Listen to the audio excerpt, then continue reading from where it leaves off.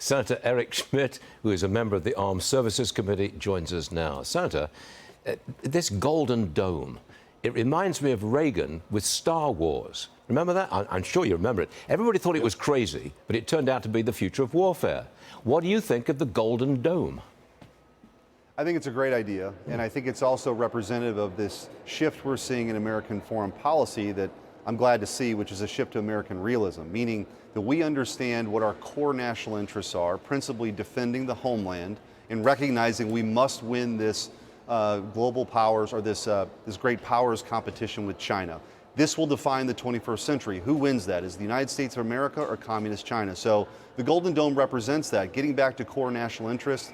And it also recognizes scarcity. We live in a scarce world, a resource-scarce world where we cannot be everywhere all at once all the time. We have to rely on our European partners to pony up more for their own defense. You saw a report, some of the Baltic states are actually trying to do that. Germany is not, many other European countries are not. They need to step up for their own defense. We need to focus on the homeland in China, and I think it's a prioritization that President Trump's putting forward, and the Golden Dome is a good way to talk about that.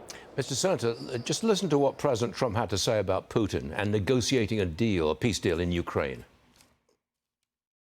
You think Vladimir Putin wants peace? I think he does, yes. I think he does. I think Even with the raining missiles? I think he really, his dream was to take over the whole country. I think because of me, he's not going to do that. If there is no peace deal, will the U.S. cut off military aid to you? I don't want to tell you that. I'm not going to tell you whether or not I would or not. I want to leave that as a big fat secret because I don't want to ruin a negotiation. But I do worry. I will tell you. Well, a contentious interview right there.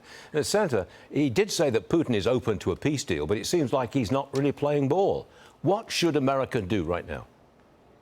Well, this is the peace president. You didn't see wars happening when President Trump was president the first time.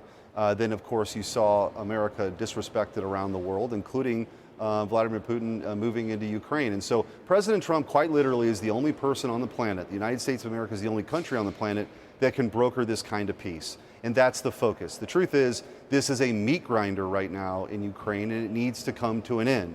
The United States has more pressing needs, taking on China, defending the homeland, and it's time for our European allies to play a much more meaningful role in their own defense in Europe. However, the United States plays an important role, and President Trump specifically, in bringing a lasting peace. That's what they're working on. So both parties need to be working towards that as well. I want to ask you about, the Pentagon says that U.S. forces have hit more than 1,000 Houthi targets since President Trump took office. Are the shipping lanes of the Red Sea any safer now? They are. Thankfully, we took action. I mean, you just look at the last administration, Stuart. They took the Houthis off the terrorist list. Iran was then flush with cash because they weren't enforcing sanctions. They funded the Houthis, and then they were literally sending drones at our aircraft carriers. That's how emboldened they were. So President Trump has said that we're not going to tolerate that, and he's hitting back to open up those shipping lanes and to protect soldiers, by the way, or sailors who are on the sea. So finally, we've got a president that's sticking up for America's interests, and that's an important interest for the United States to make sure we have free navigation. And by the way, benefits the rest of the free world as well. If the Iranians do not stop developing their nuclear capability towards getting a bomb, would you favor destroying their nuclear facilities? Well, I'm not going to get ahead of the administration on that point. I don't think it's acceptable that Iran would ever have a nuclear weapon. You talk about the destabilization that would happen in that region with, the Ayatollah having a nuclear weapon with the stated purpose of destroying the United States of America, death to America, and wiping Israel off the map. That's just an unacceptable outcome. And there's a lot of things I think that could be done before that ever happens. We covered a lot of ground this morning. Golden Dome, Putin, Houthis, Iran. Thank you very much for being here with us and being short and to the point, very pithy. Senator Schmitt, thanks for joining us, sir. Appreciate it. Anytime. Yes.